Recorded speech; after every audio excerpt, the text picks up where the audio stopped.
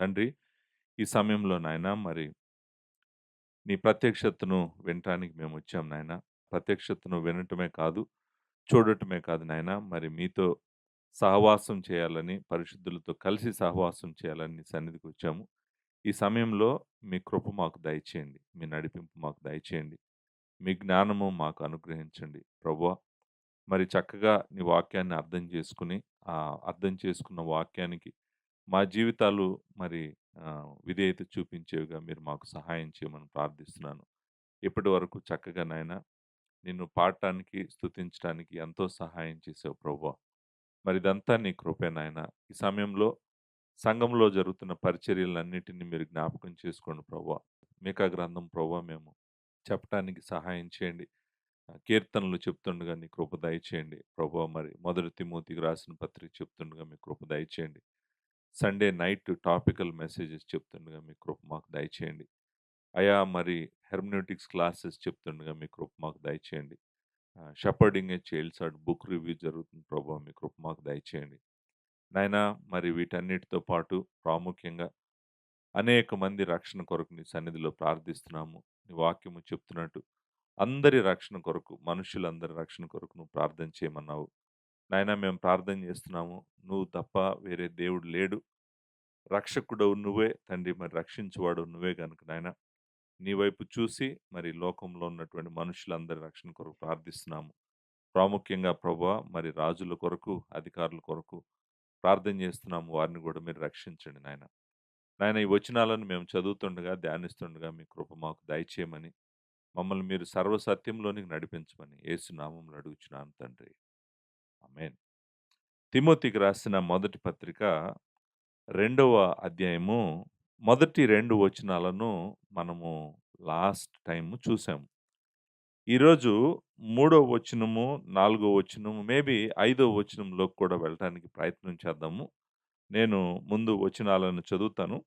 చదివిన తర్వాత మన దృష్టయితే మూడో వచనం, నాలుగో వచనం మీద పెడదాము. ఐదో వచనంలో ఒక్క మాటను మాత్రమే నేను ఈరోజు చూపించబోతున్నాను. అది దేవుడొక్కడే అనేటువంటి మాటని నేను ఐదో వచనంలోకి వెళ్ళబోతున్నాము.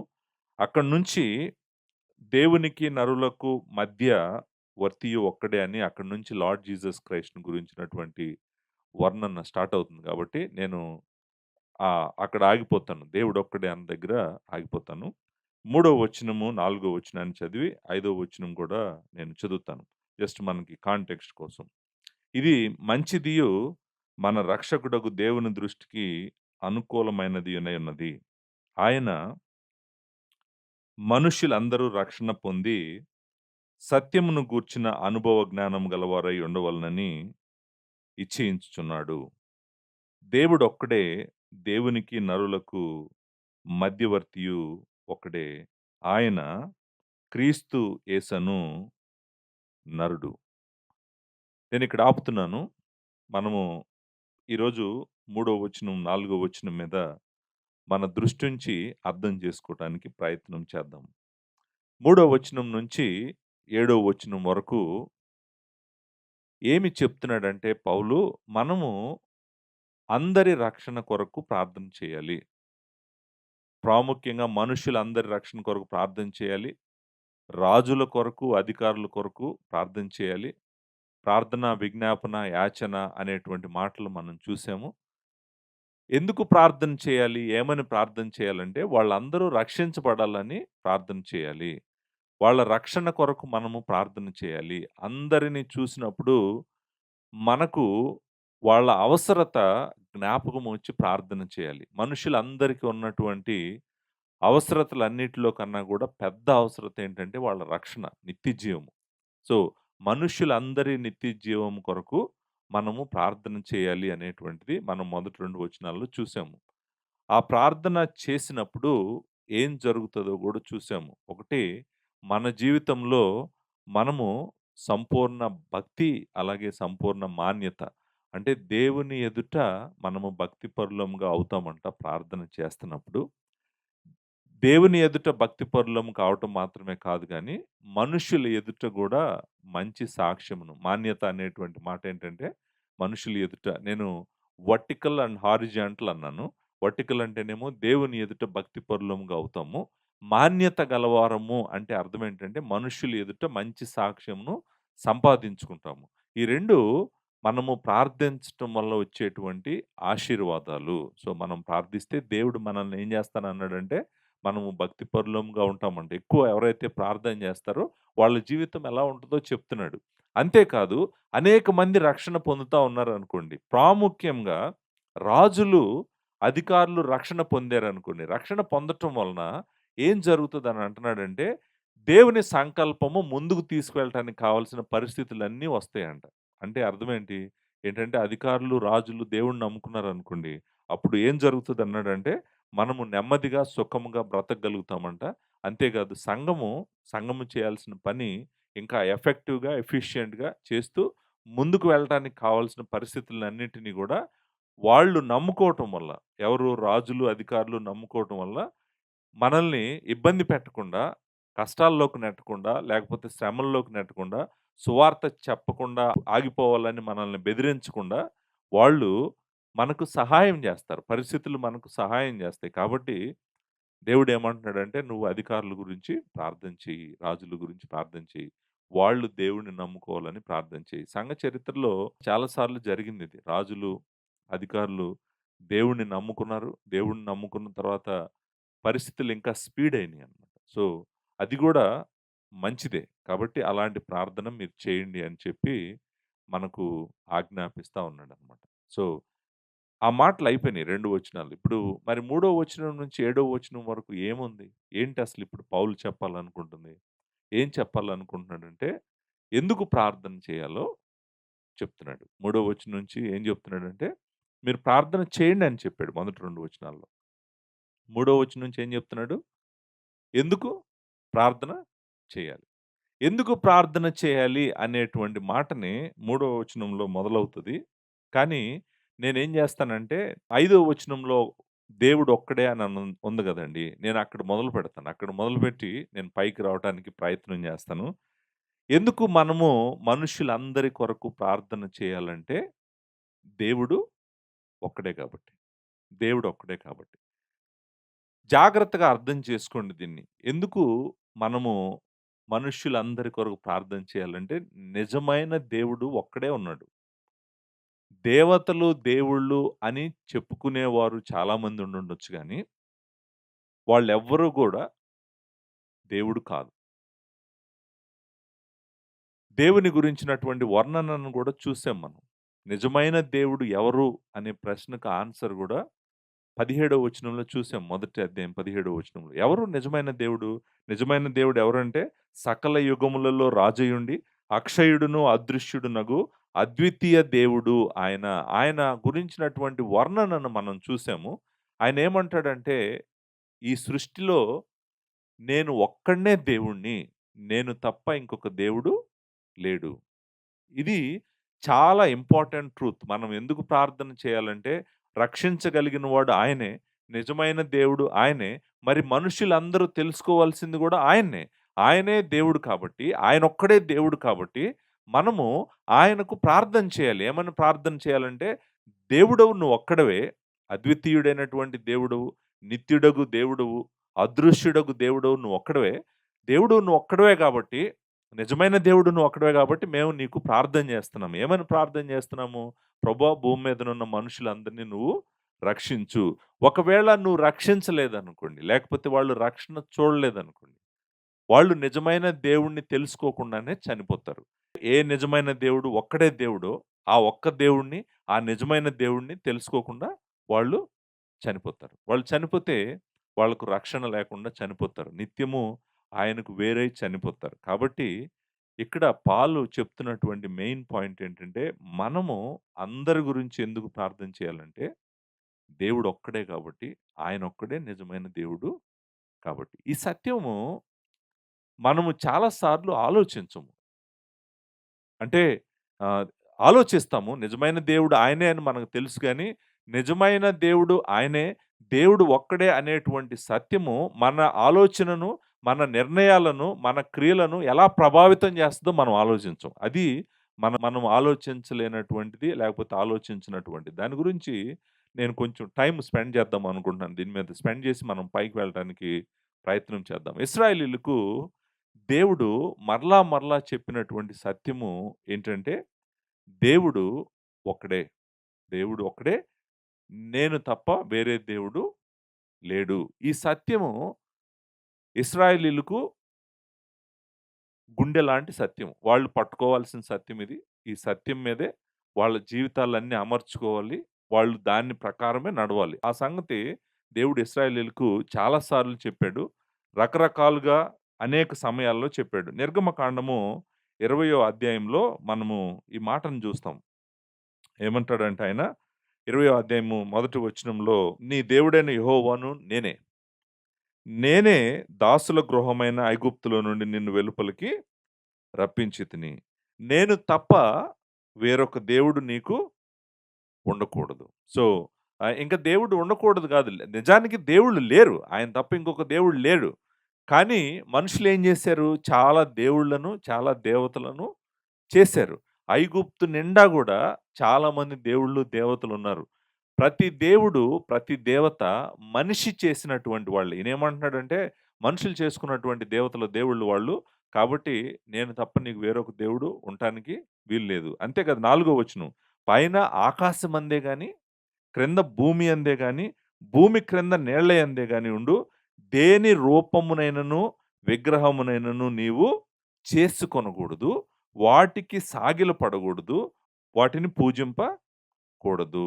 చూడండి చాలా స్పష్టంగా చెప్తున్నటువంటి సత్యం ఏంటంటే, దేవుడు మాట్లాడుతున్నటువంటి సత్యంలో ఇది చాలా ప్రాముఖ్యమైన సత్యం. అదేంటంటే, మనము ఆయన తప్ప ఇంకొక దేవుడు లేడు.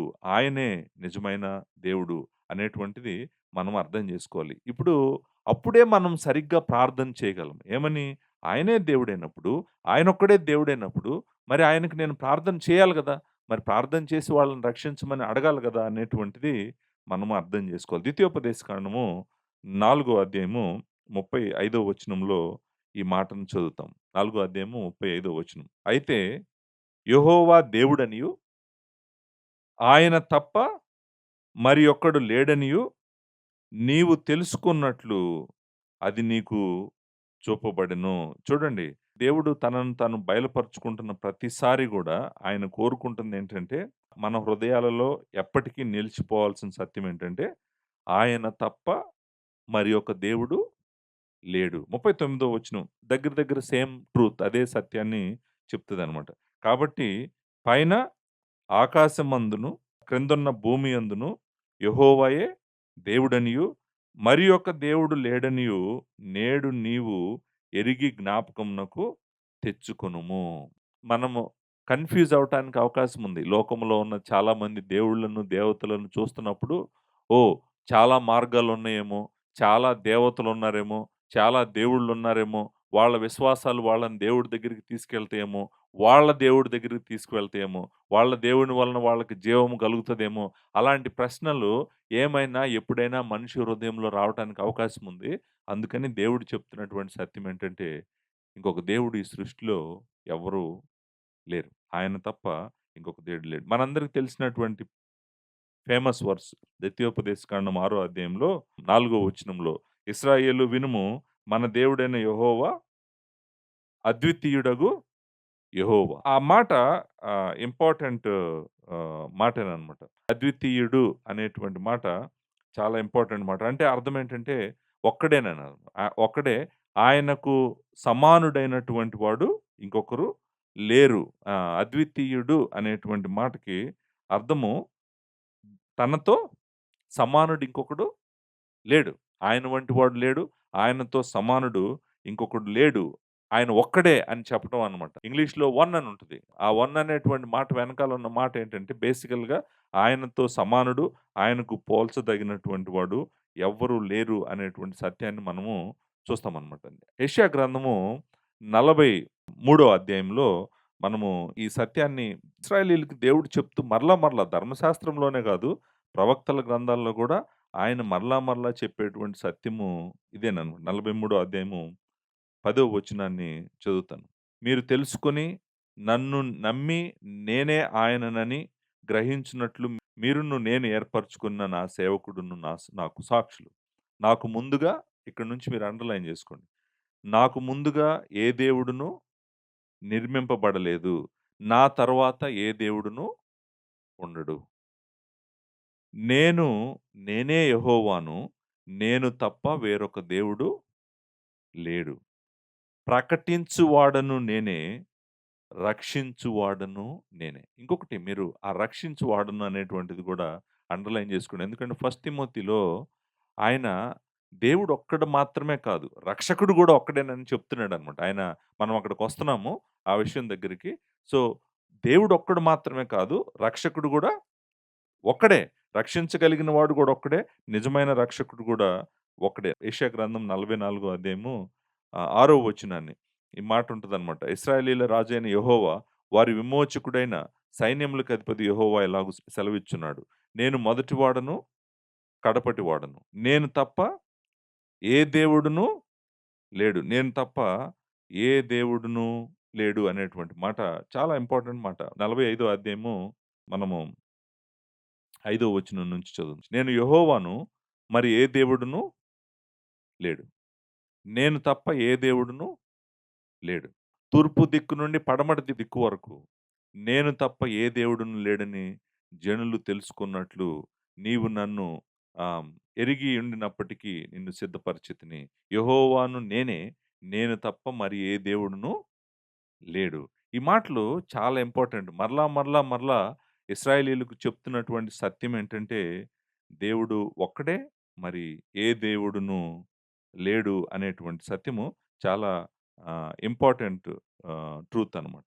14 వచనంలో కూడా అంటాడనమాట. 14 వచనం అదే అధ్యాయంలో లాస్ట్ భాగంలో ఆయన తప్ప ఏ దేవుడును లేడని చెప్పుచ్చు అనే మాట మనం అక్కడ చూస్తామనమాట. ఆయన తప్ప వేరే దేవుడు లేడు. 18వ వచనం ఆఖరిలో గూడా ఆయన సెలవిచ్చినదేమనగా, యెహోవాను నేనే, మరి ఏ దేవుడును లేడు. మరి ఏ దేవుడును లేడు. తర్వాత కొంచెం ముందుకు వెళ్తే 21వ వచనంలో ఈ మాటలు చదువుతాం. 21వ వచనం అవతలకొస్తే పూర్వకాలం మొదలుకొని ఆ కార్యములు తెలియజేసిన వాడెవడు?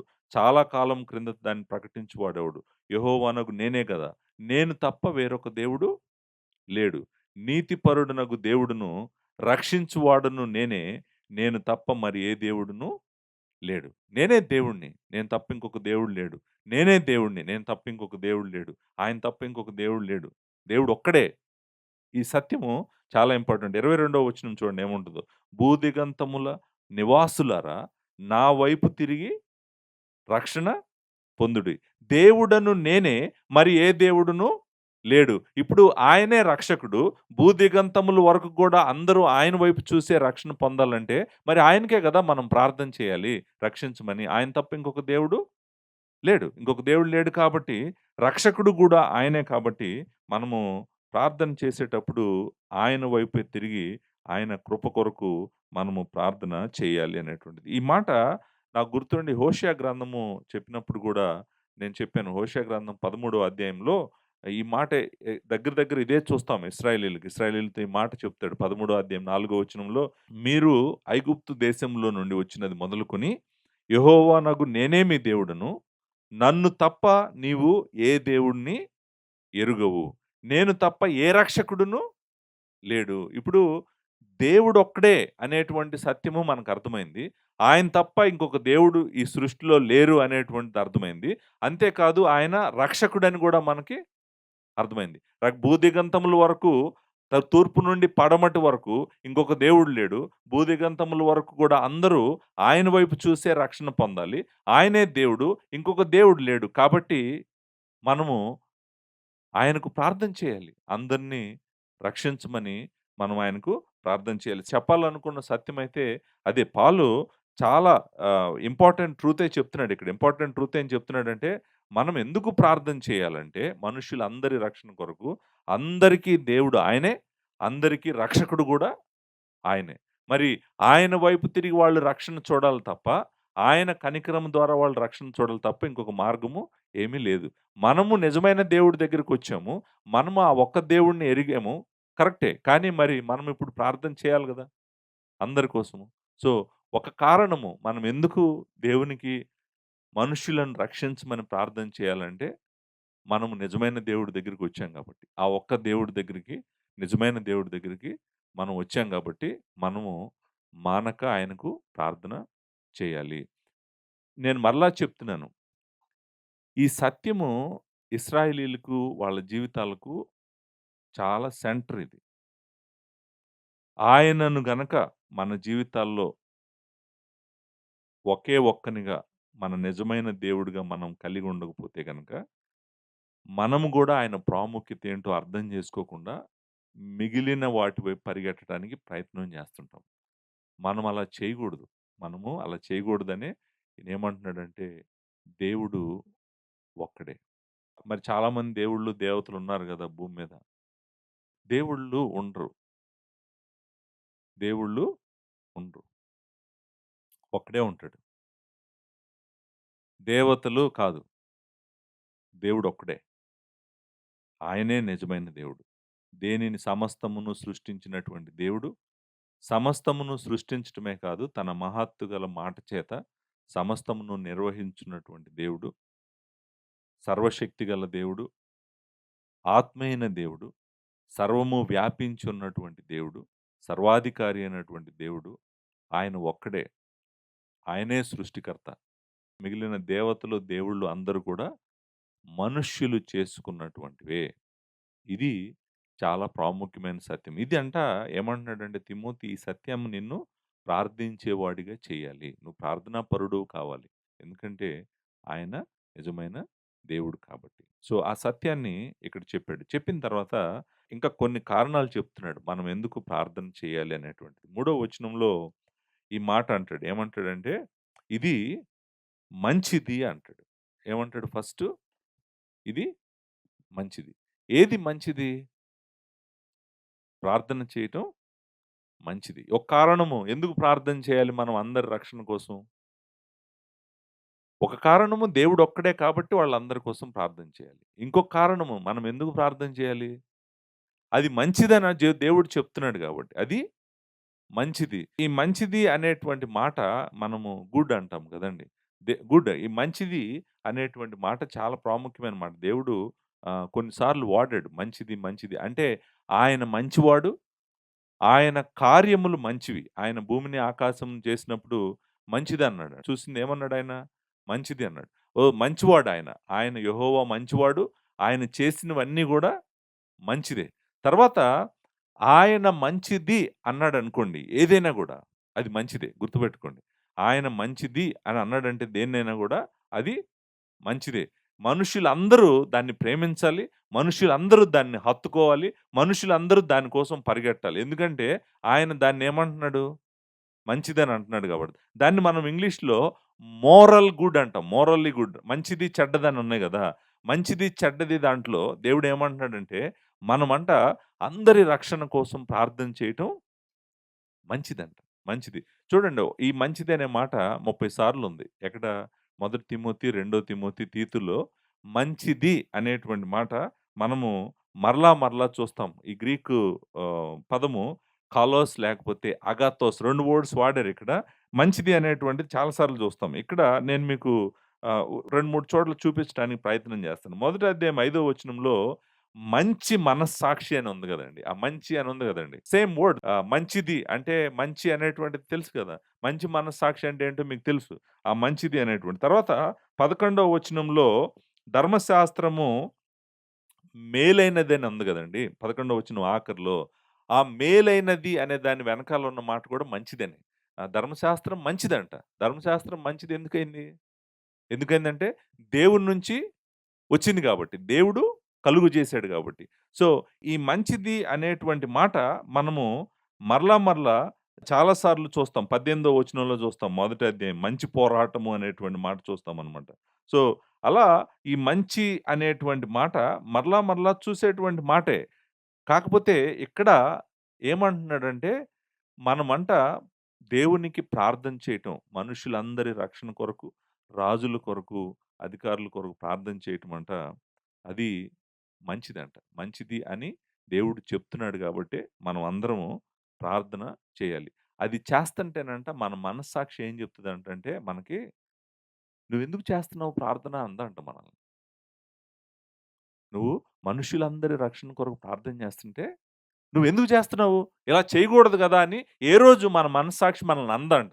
ఇంకా మన మనస్సాక్షి ఏమంటదంటంటే, "నువ్వు చేస్తుంది కరెక్ట్. నువ్వు చెయ్యి" అంటదంట. అది మంచిదంటే. మంచిదంటే అర్థం ఏంటంటే, చెడ్డదైతే మనస్సాక్షి ఏమనేది మనల్ని? గద్దించేది. ఇప్పుడు మనస్సాక్షి గద్దించకుండా, "నువ్వు చెయ్యి, ఇంకా ప్రార్థన చెయ్యి, అందరూ రక్షణ పొందేటట్టు చెయ్యి" అని మన మనస్సాక్షి మనకు చెప్తదంట.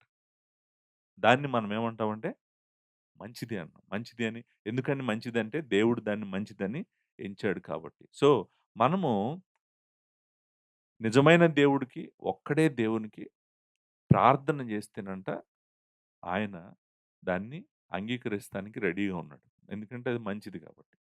నంబర్ 1. ఇది రెండో కారణం. ఆయన దేవుడు ఒక్కడే కాబట్టి మనం ప్రార్థన చేయాలి. అది మంచిది కాబట్టి మనం ప్రార్థన చేయాలి. అంతేకాదు ఇంకొక మాట కూడా ఉంది. అక్కడ ఏముందండి చూడండి ఏమనుందండి? మంచిది మాత్రమే కాదు, మన రక్షకుడగు దేవుని దృష్టికి అనుకూలమైనది. ఏమనుందండి? అనుకూలమైనది. అనుకూలమైనది. ఈ మాట చాలా ఇంపార్టెంట్ మాట. అది మనం ఎందుకు ప్రార్థన చేయాలంటే, మనము ప్రార్థన చేస్తంటే, ఆ ఒక్క దేవుడికి, ఆ రక్షకుడైన ఒక్క దేవుడికి చాలా ప్లీజింగ్‌గా ఉంటదంట మన ప్రార్థన. ప్లీజింగ్ అంటే అర్థం తెలుసు కదా! ప్లీజింగ్ అంటే ఏంటి? ఇష్టం. చాలా ఇష్టమంట ఆయనకి.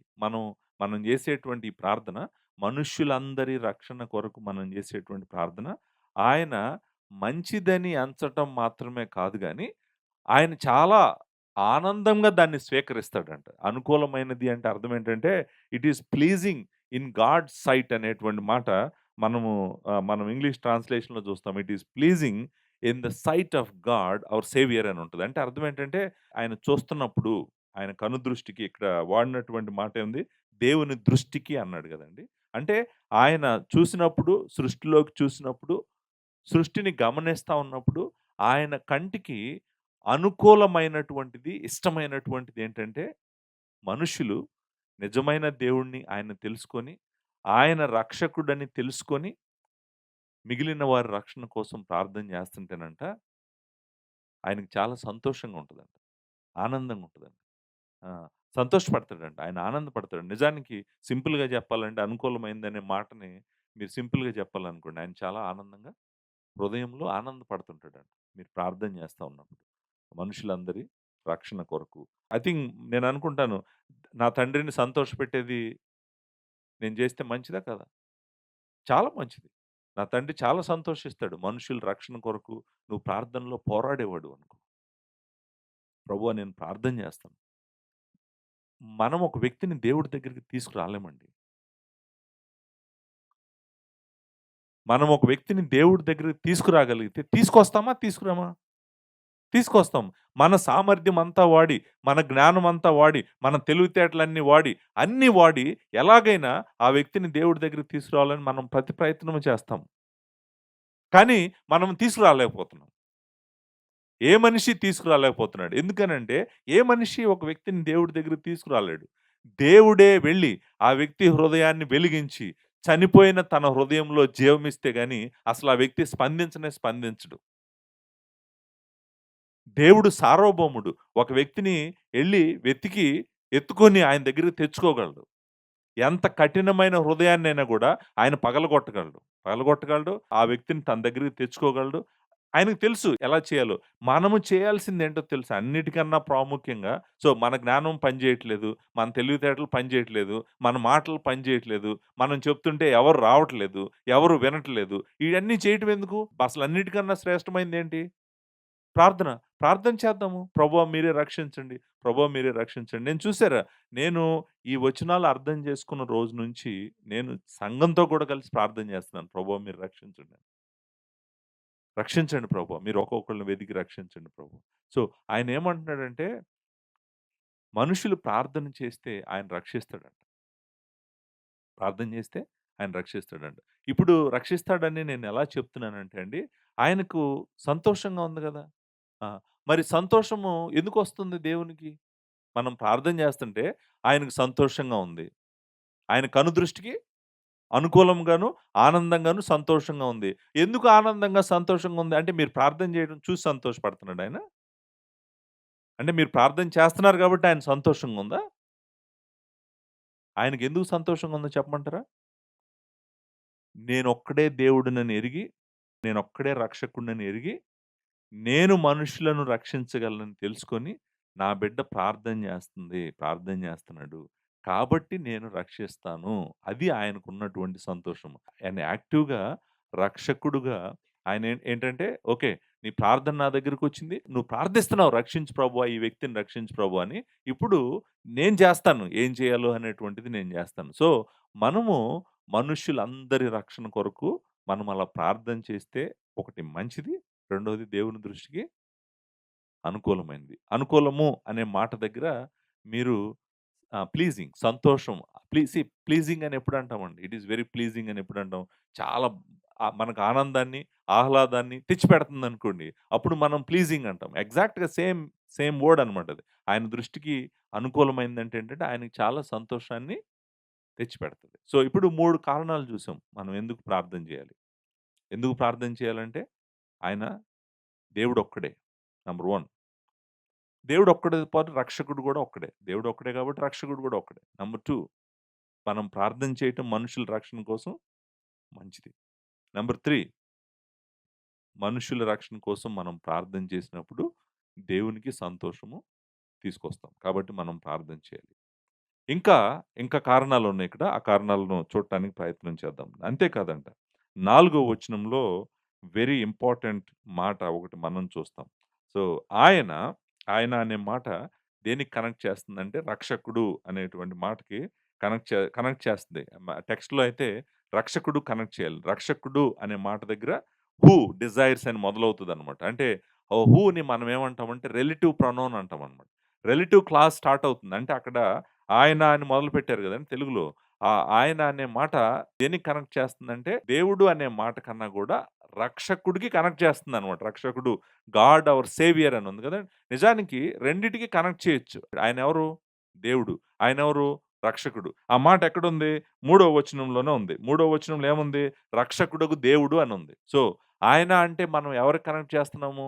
రక్షకుడగు దేవునికి. రక్షకుడగు దేవునికి ఎందుకు ప్రార్థన చేయాలంట అంటే, నాలుగో వచనము, మనుష్యులందరూ రక్షణ పొంది సత్యమును గూర్చిన అనుభవ జ్ఞానము గలవారై ఉండవలెనని ఇచ్ఛించుచున్నాడు అని ఉందండి. ఇచ్ఛించున్నాడు. ఇంకొక కారణము మనము ఎందుకు ప్రార్థన చేయాలంటే, దేవుడంట దేవునికి కోరికుందంట. దేవునికేముంది? కోరికుంది. ఇచ్చ అని ఉంది గదా! ఆ ఇచ్చని ఏమంటాం ఇంగ్లీష్‌లో మనం? డిజైర్. డిజైర్ కోరిక, ఆశ. దేవునికి ఏముందంట? కోరికుందంట. ఆశుందంట. సో, దేవుని కోరిక, ఆశ ఏంటంట? దేవుని కోరిక, ఆశ ఏంటో ఒకటి చెప్పాడనమాట. ఏంటి ఆయన కోరిక? మనుష్యులందరూ రక్షణ పొంది సత్యమును గూర్చిన అనుభవ జ్ఞానము గలవారై ఉండవలెనని ఇచ్ఛించుచున్నాడు. సో, నాలుగో కారణం మనం ఎందుకు ప్రార్థన చేయాలంటే, దేవుడు కోరిక అది. దేవుని ఇచ్చది. ఏంటి? మనుషులందరూ రక్షించబడాలి అనేటువంటిది దేవుని యొక్క కోరిక గాబట్టి. సో, ఆయన కోరిక అదైతే మనం ఏం చేయాలి? ప్రార్థన చేయాలి. ఆయన మనుషులందరూ రక్షించబడాలని ఆయన కోరుకుంటున్నాడు కాబట్టి, ఆయన ఇచ్చ గాబట్టి మనము ప్రార్థన చేయాలి వాళ్ళందరి కొరకు. ఇక్కడ ఆహ్, కొంచెం జాగ్రత్తగా మనం అర్థం చేసుకోవడానికి ప్రయత్నం చేద్దాం ఈ వచనం. ఏంటంటే, మనుష్యులందరూ రక్షణ పొందాలని దేవుడు కోరుకుంటున్నాడు. మనుషులందరూ రక్షణ పొందాలని దేవుడు కోరుకుంటున్నాడు. సో, అదే గదా ఉందక్కడ. మనుషులందరూ రక్షణ పొందాలని దేవుడు కోరుకుంటున్నాడు. మనుష్యులందరూ రక్షణ ఎలా పొందగలరో గూడా చెప్తున్నాడు. ఎలా పొందగలరంట అంటే, ఆయనేమన్నాడు? సత్యమును గూర్చిన అనుభవ జ్ఞానము గలవారై. ఇప్పుడు స రక్షణ ఎలా పొందగలరు? ఏం చేస్తే రక్షణ పొందగలరు? దేవుడు కోరుకుంటుందేంటి? అందరూ రక్షణ పొందాలని కోరుకుంటున్నాడు.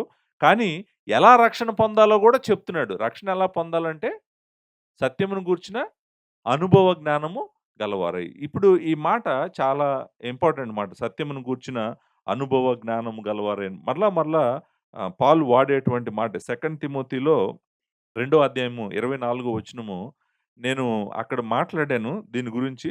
2:24లో ఈ మాట ఉంటది.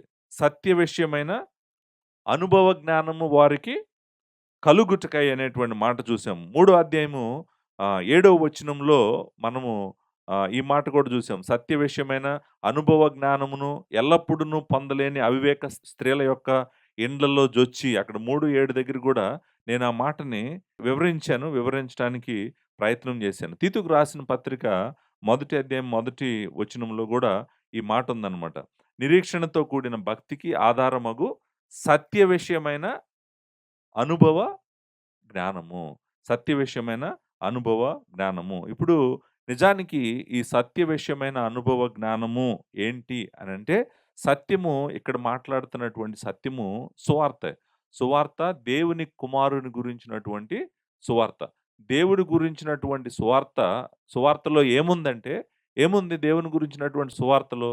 జీసస్ క్రైస్టే ఉన్నాడు. జీసస్ క్రైస్ట్‌ని గురించినటువంటి అనుభవ జ్ఞానము. ఆయనెవరో తెలుసుకొని, ఆయన నీ కొరకు మరణించాడని, ఆయన నీ కొరకు ప్రాణం పెట్టాడని, ఆయన నీ కొరకు నీ పాపములు ఆయన మీదకు తీసుకున్నాడని, ఆయన పునరుద్ధానుడై లేచాడని, దేవుడు ఆ బలిని అంగీకరించాడని, సువార్తలో మెయిన్‌గా మనం ప్రకటించేది లార్డ్ జీసస్ క్రైస్ట్‌నే.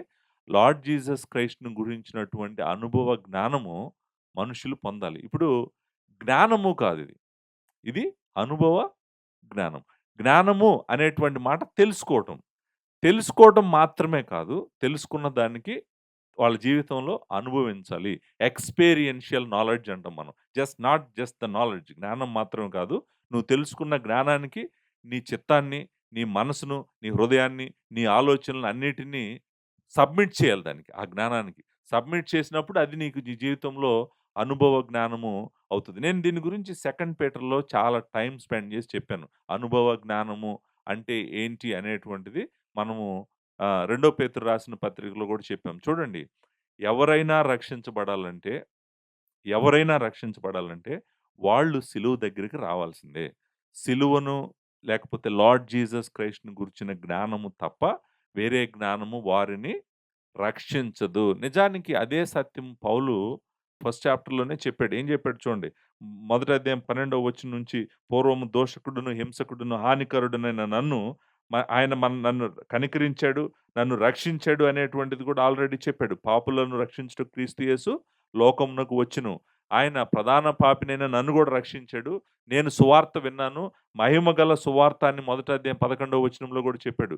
సో, ఆయన ఏమంటున్నాడంటే ఇప్పుడు దేవుడంట దేవుడు కోరుకునేదేంటంటే, మనుషులందరూ రక్షించబడాలని దేవుడు కోరుకుంటున్నాడు. కానీ ఆ రక్షణ మనుషులందరికి ఎలా వస్తదంట? సత్యమును గూర్చిన అనుభవ జ్ఞానం వలన వస్తది. అంటే వాళ్ళు దేవుని గురించి, దేవుని కుమారుడు గురించి, సిలువ గురించి మొత్తం వాళ్ళు విని, ఓహ్! నా స్థానంలో ఆయన మరణించాడు. నా పాపముల కొరకు ఆయన మరణించాడని నువ్వు నమ్మి, నువ్వు విశ్వాసంతో, పశ్చాత్తాపంతో దేవుడి వైపు తిరగటమే అనుభవ జ్ఞానము. సత్యమును గురించినటువంటి అనుభవ జ్ఞానం మాత్రమే మనుషులను రక్షించును. మిగిలిన జ్ఞానము మనుషులను రక్షించదు. దేవుడున్నాడని దెయ్యములు గూడా నమ్ముతున్నాయి. వాటికి గూడా విశ్వాసం ఉంది. కానీ అది రక్షించదు. సో, రక్షించాలంటే నువ్వు దేవుని సత్యానికి నువ్వు తల వంచి, నువ్వు దాన్ని నమ్మి, నీ జీవితంలో దాన్ని ఎక్స్‌పీరియన్స్ చేస్తేనే నువ్వు రక్షించబడతావు. సో, రక్షించబడే మార్గము చెప్తూ ఇక్కడేమన్నాడంటే దేవునికి ఏముందంట? కోరికుందంట. దేవునికి ఇచ్చుంది. ఏమిచ్చుందంటంటే మనుషులందరూ రక్షించబడాలని దేవునికి కోరికుంది. సో, దేవుడు కోరుకుంటున్నాడు. మనుషులందరూ రక్షించబడాలని దేవుడు కోరుకుంటున్నాడు కాబట్టి, ఆ రక్షణ ఎలా వస్తదో కూడా చెప్పాడు కాబట్టి, మనం ఏం చేయాలి? ఇప్పుడది దేవుని కోరిక అనుకోండి. మనం ఏం చేయాలి? మనం ఏం చేయాలి? ప్రార్థన చేయాలి. ప్రార్థన చేయటానికి ఇంకొక కారణం ఇక్కడ చెప్పాడనమాట. ఇంకొక కారణం ఏంటంటే, అది దేవుని కోరిక, అది దేవుని ఆశ. కాబట్టి నువ్వు తప్పకుండా మనుషులందరి రక్షణ కొరకు ప్రార్థన చేయాలి. సో, ఇది నాలుగో కారణం. 4 కారణాలు చూసాం ఇప్పుడు మనకు. దేవుడు ఒక్కడే అనేటువంటిది ఒక కారణము. ఇది మంచిది మనం అలా ప్రార్థన చేయటం అనేటువంటిది రెండో కారణము. దేవునికి సంతోషాన్ని తెస్తది ప్రార్థన అనేటువంటిది మూడో కారణము. నాలుగో కారణము ఏంటి? మనుషులందరూ రక్షించబడాలని దేవుడు ఇచ్ఛించుచున్నాడు. లేకపోతే కోరుకుంటున్నాడు. కాబట్టి మనము మనుషులందరి రక్షణ కొరకు ప్రార్థన చేయాలి. సో, ఇక్కడ నేను ప్రస్తుతానికి ఇక్కడ దీంతో ఆపుతున్నాను. ఆపటానికి ముందు ఒక విషయము మాట్లాడి ఆపుతాను. అదేంటంటే యూనివర్సలిజం అనేటువంటి ఒక ఒక థియలాజికల్ బిలీఫ్ ఉంది. ఒక నమ్మకం ఉంది. యూనివర్సలిజం అంటే అర్థం ఏంటంటే సర్వముక్తివాదం. సర్వముక్తివాదం. ఈ సర్వముక్తివాదమునకు కారణమైనటువంటి ఒక వచనం ఈ వచనం. సర్వముక్తివాదం అంటే ఏంటి? అందరూ రక్షణ పొందుతారు. మనుషులందరూ రక్షణ పొందుతారు. మనుషులందరిని దేవుడు రక్షించబోతున్నాడు. నిజానికి ఈ వాదములో ఒక వెర్షన్ ఏంటంటే, నరకంలో ఎక్కువ కాలం ఉండరు. కొంతకాలం నరకంలో శిక్ష పొందినప్పటికి కూడా, ఆఖరికి వీళ్ళకి రక్షణ వస్తది అనేటువంటిది ఒక నమ్మకం. నేను ఇది నిజమైన నమ్మకం గాదు. ఇది అబద్ధమైన నమ్మకం. బట్ దీన్ని మనం ఏమంటామంటే యూనివర్సలిజం అంటాం. యూనివర్సలిజంలో దేవుడు అందరూ రక్షించబడాలని కోరుకుంటున్నాడు కాబట్టి, ఆయన కోరికకి ఎవరు అడ్డు జెప్తారు? ఆయన కోరికకి ఎవరు అడ్డు జెప్తారు? అంటే అర్థమేంటి? అందరూ ఏదో ఒక విధంగా ఫైనల్‌గా రక్షణ పొందుతారు అని చెప్పేటువంటి ఒక నమ్మకం ఉంది. ఇది అన్‌బిబ్లికల్ నమ్మకం. ఇది తప్పు. ఇది రాంగ్. ఎందుకంటే దేవుడు హెవెన్‌తో పాటు హెల్‌ని గూడా చేసాడు. నరకాన్ని గూడా చేసాడు. అంతేకాదు మన జీవితం ఒక్కసారే. ఈ ఒక్కసారి మరణించిన తర్వాత మనము దేవుని న్యాయపీఠం ఎదుట నిలబడాలి. ప్రతి ఒక్క వ్యక్తి నిలబడాలి. నిలబడి వాళ్ళ జీవితానికి లెక్క జెప్పాలి.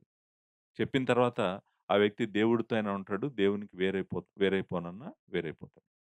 మరి ఇప్పుడు దేవునికి అందరూ రక్షించబడాలని కోరుకుంటే, మరి అందరూ రక్షించబడట్లేదు గదా! దేవుడు అందరూ అనేటువంటిది ఆయన కోరికైతే, అందరూ రక్షించబడుతున్నారా? అంటే దేవుని కోరిక నెరవేరట్లేదా? మేబీ దీన్ని ఇంకొక విధంగా అడుగుతాను. మీకు అర్థమవుతదేమో. దేవుడు అందరూ నీతిమంతులుగా ఉండాలని కోరుకుంటున్నాడు. కోరుకుంటున్నాడా? కోరుకోవట్లేదా? మనుషుల్లో ఎంతమంది నీతిమంతులుగా ఉంటున్నారు?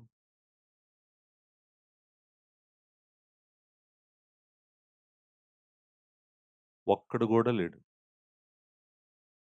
ఒక్కడును నీతిమంతుడు లేడు. నీతిమంతుడు ఒక్కడును లేడు. మరి దేవుడు కోరుకుంటున్నాడు గదా! అందరూ నీతిమంతులుగా ఉండాలని. మరి ఒక్కడు గూడా లేడు గదా! దేవుడు ఎవ్వరు పాపము చేయకూడదని కోరుకుంటున్నాడు. ఎంతమందున్నారు పాపం జేయకుండా? ఒక్కడు గూడా లేడు. ఆలోచించండి. అంటే ఈ వచనము ఏం చెప్తుంది అనేటువంటిది ఆలోచించండి. దీంతో పాటు ఇంకొక వచనాన్ని గూడా నేను చదువుతాను. ప్రాబబ్లీ మీకు ఏంటి అనేటువంటిది అర్థమవుతుందనమాట. ఎఫ్‌సీ‌లకు రాసిన పత్రిక మొదటి అధ్యాయము మనందరికీ తెలిసినటువంటి వచనాలే. నేను మీకు కొత్త వచనం ఏం చదవట్లేదు. ఇవన్నీ గూడా మీకు తెలిసిన వచనం. మొదటి అధ్యాయము 3వ వచనం నుంచి నేను చదువుతున్నాను. మన ప్రభువైన యేసుక్రీస్తు యొక్క తండ్రియగు దేవుడు స్తుతించబడును గాక. ఆయన క్రీస్తునందు పరలోక విషయంలో ఆత్మ సంబంధమైన ప్రతి ఆశీర్వాదము మనకు అనుగ్రహించును. ఎట్లనగా తన ప్రియుని యందు తాను ఉచితముగా మనకు అనుగ్రహించిన తన కృపామహిమ కీర్తి కలుగునట్లు తన చిత్త ప్రకారమైన దయా సంకల్పము చొప్పున ఆయనకి సంకల్పం ఉందంట. ఆయనకొక దయా సంకల్పం ఉందంట. ఆయన చిత్తం ఉందంట.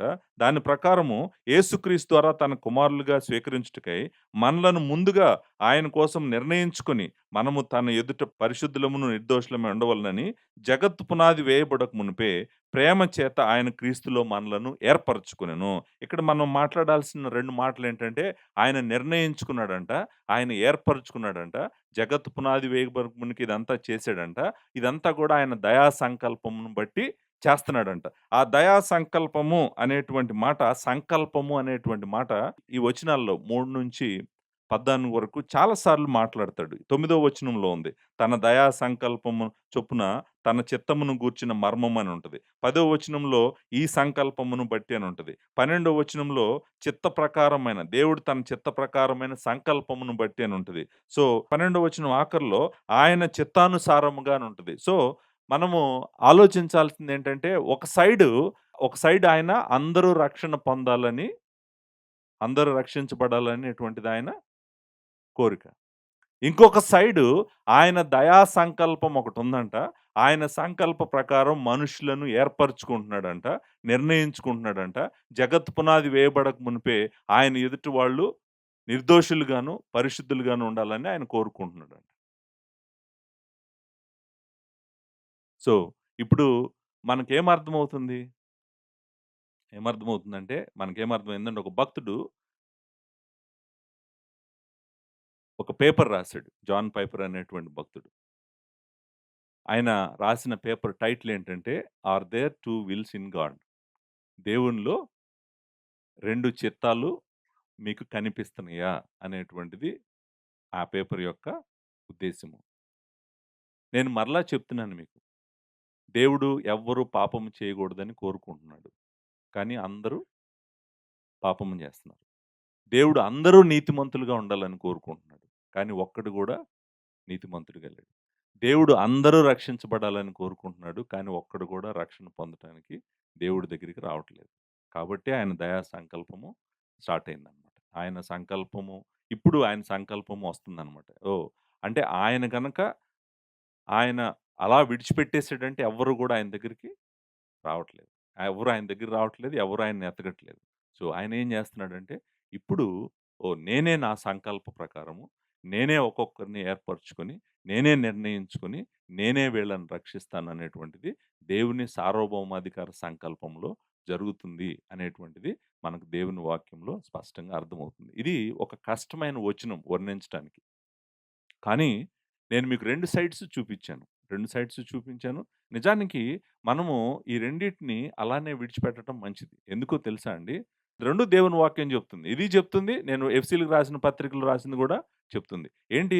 ఇప్పుడు చూడండి దేవుడు అందరూ రక్షించబడాలని కోరుకుంటున్నాడు. కాబట్టే గదా! మనం సువార్త ప్రకటిస్తున్నాము. లేకపోతే మనం సువార్త ఎందుకు ప్రకటిస్తాము? కాబట్టే గదా! సంఘం పనిచేస్తుంది యాక్టివ్‌గా. కాబట్టే గదా! మనం ప్రార్థన చేయాలి.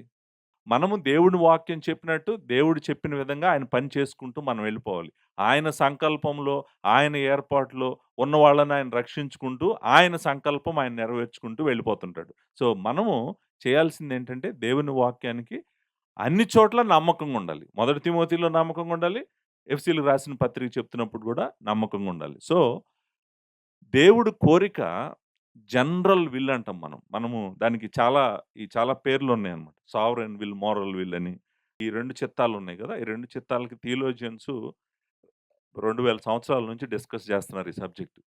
సో, ఒక చిత్తము సావరెన్ విల్. ఇంకో చిత్తము మోరల్ విల్. మోరల్ విల్ ఏంటంటే అందరూ రక్షించబడాలని కోరుకుంటున్నాడు. సావరెన్ విల్ ఏంటంటే ఆయన దయాల సంకల్పం చొప్పున ఆయన నిర్ణయించుకొని, ఆయన ఏర్పరచుకొని రక్షిస్తున్నాడు. అది సావరెన్ విల్. లేకపోతే దీన్ని ఎఫిషియంట్ విల్ అన్నారు కొంతమంది. దీన్ని పర్మిసివ్ విల్ అన్నారు కొంతమంది. దీన్ని సీక్రెట్ విల్ అన్నారు. దీన్ని రివీల్డ్ విల్ అన్నారు. బట్ ఏది ఏమైనప్పటికి కూడా మీరు దేవుడు వ్యక్తిత్వము ఎక్కడా గూడా డిస్టర్బ్ కాకుండా దేవుడు మనుషులను రక్షిస్తున్నాడు. ఆయన అనేటువంటిది నిజము. దేవుడు అందరిని రక్షించబడాలని కోరుకుంటున్నాడు. అందరూ నీతిమంతులుగా ఉండాలని కోరుకుంటున్నాడు. అందరూ పాపం చేయకుండా ఉండాలని కోరుకుంటున్నాడు. అది గూడా నిజమే. అది గూడా నిజమే. కాబట్టి మనము ఎందుకు ప్రార్థన చేయాలంటే, ఒక కారణం ఏంటంటే, దేవుడు రక్షించబడాలని కోరుకుంటున్నాడు కాబట్టి, మనము అందరి కొరకు ప్రార్థన చేయాలి. దేవుని విస్తారమైన కృప మీ అందరికీ తోడుగా ఉండుగాక. Thank you very much.